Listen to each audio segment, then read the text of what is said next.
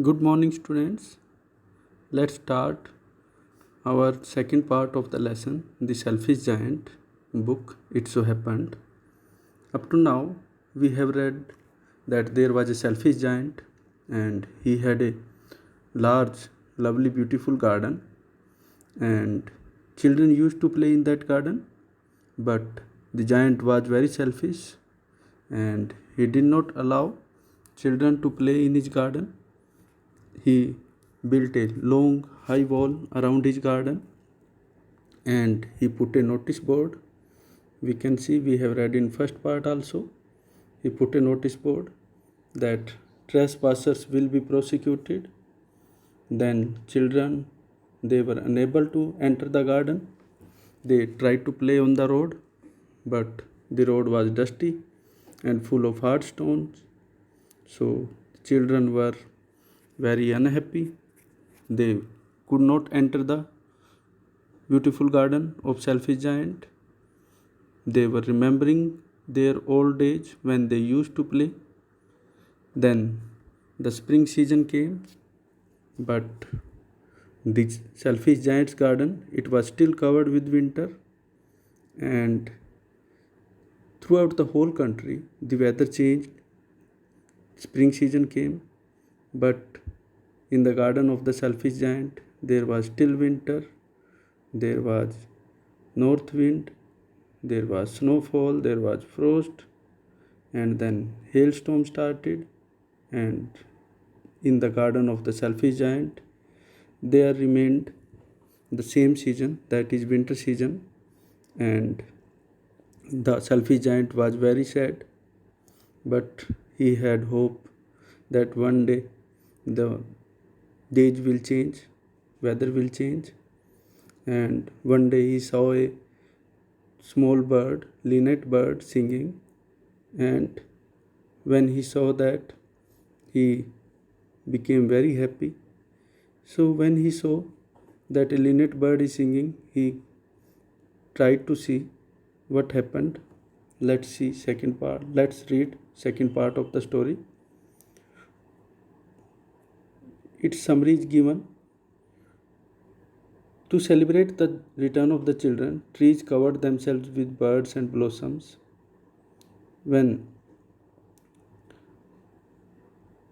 children came back in the garden of the selfish giant, trees covered themselves with birds and blossoms. The giant was very delighted to see his friends back. He was very happy to see the children back, especially a little boy whom he loved dearly, very much. Dearly means very much. The little boy soon disappeared, only to return much later. Let's see what happened. So, selfish giant, he saw a most wonderful sight. Through a little hole in the wall, the children had crept in. So, when selfish giant looked out of his window, he saw that there was a beautiful scene. Through a little hole in the wall, the children had crept in. Crept is the third form. Creep, crept, crept. To move on the knee. Children entered the garden on their knee through a hole in the wall, and they were sitting in the branches of the trees. In every tree that he could see, there was a little child, and the trees were so glad to have the children back again that they had covered themselves with blossoms and were waving their arms gently. So, when the children again entered the garden became again beautiful, and trees were covered with blossoms, and trees were waving their arms gently, means branches were moving here and there in the wind, and the weather changed. The birds were flying about and twittering with delight. The birds, they were flying here and there, and birds were chirping with happiness, and the flowers were looking up through the green grass and laughing. And the selfish giant saw that the atmosphere of his garden was very beautiful now. Birds were chirping, birds were twittering, children were playing, and flowers were very happy. Flowers were looking very beautiful and they were laughing. It was a lovely scene. Only in one corner it was still winter, but in one corner of the garden it was still winter. It was the farthest corner of the garden. Farthest means very far away. Far, farther, farthest. Farthest means the very far away at a very long distance, a corner of the garden, and in it was standing a little boy. And in that corner, farthest corner of the garden, a little boy was standing. He was so small that he could not reach up to the branches of the tree. That boy was so small that he could not climb the branches of the tree, and he was wandering all around it, crying bitterly. The little boy, he was roaming around the tree and he was crying very bitterly. The poor tree was still covered with frost and snow, and the north wind was blowing and roaring above it. That tree, it was still covered with frost and snow, and the north wind was blowing and roaring about it. Climb up, little boy, said the tree, and it bent its branches down as low as it could, but the boy was too tiny.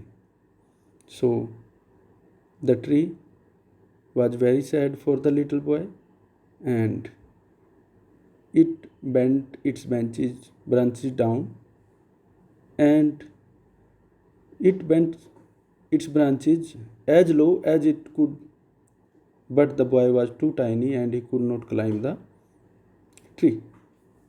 And the giant's heart melted as he looked out. How selfish I have been. So now the giant's heart melted. Heart melted means his heart changed. Now his mood changed. He was thinking, how selfish I have been. Now I know why the spring would not come here. Now he came to know the reason why spring season did not come to his garden. I will put that poor little boy on the top of the tree, and then I will knock down the wall, and my garden shall be the children's playground forever and ever. So now he decided that I will put that small little boy on the top of the tree, and then I will knock down the wall. Knock down means broke down. I will broke the wall, and my garden will be the children's playground forever and ever. He was really very sorry for what he had done. He was repenting on that, what he had done, when he did not allow the children to enter his garden, when he built a high long wall around his garden. He was really very sorry for that. So he crept downstairs and opened the front door quite softly. So giant came downstairs and opened the door quite softly and went out into the garden. But when the children saw him, they were so frightened that they all ran away. But when the children saw the giant coming, they got scared, they got frightened, and they become fearful, and they all ran away, and the garden became winter again. So as soon as the children left the garden became winter again. Only the little boy did not run, for his eyes were full of tears that he did not see the giant coming.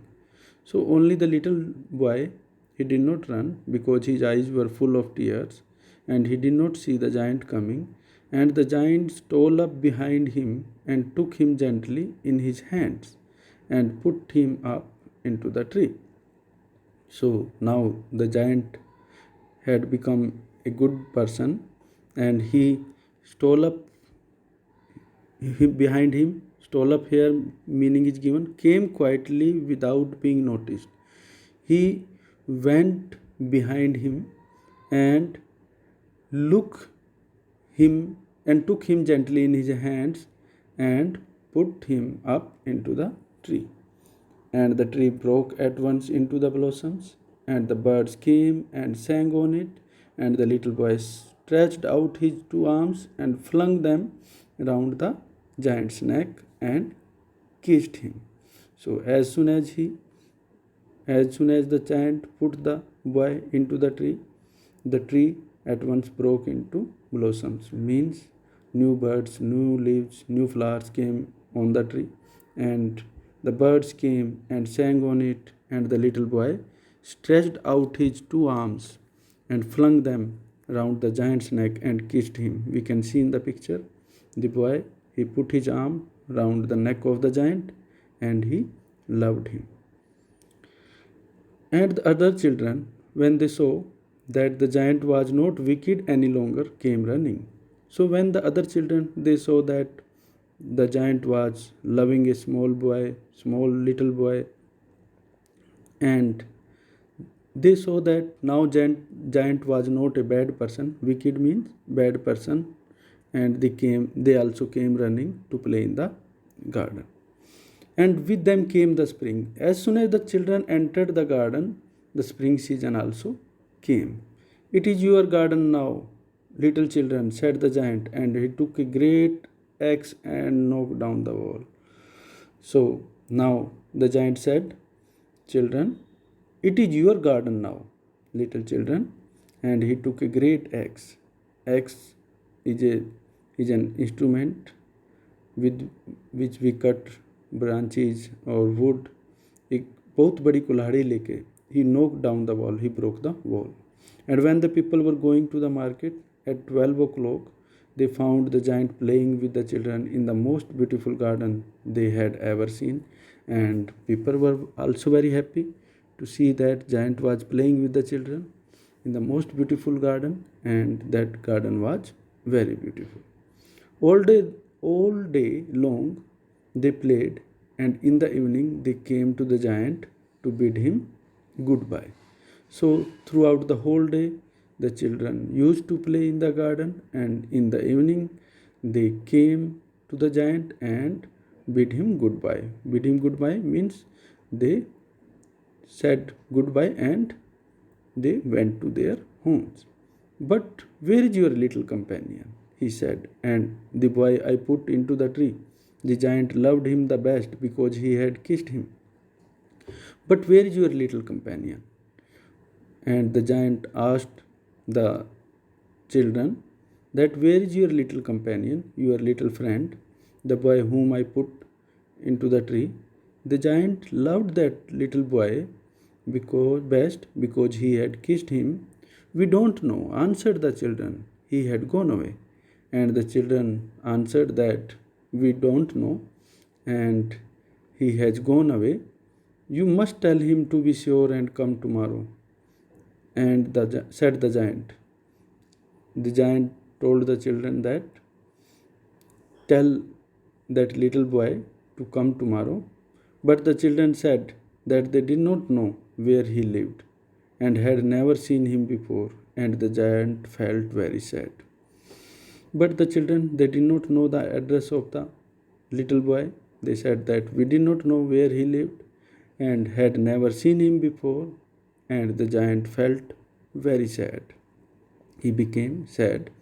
Every afternoon, when school was over, the children came and played with the giant, but the little boy, whom the giant loved, was never seen again.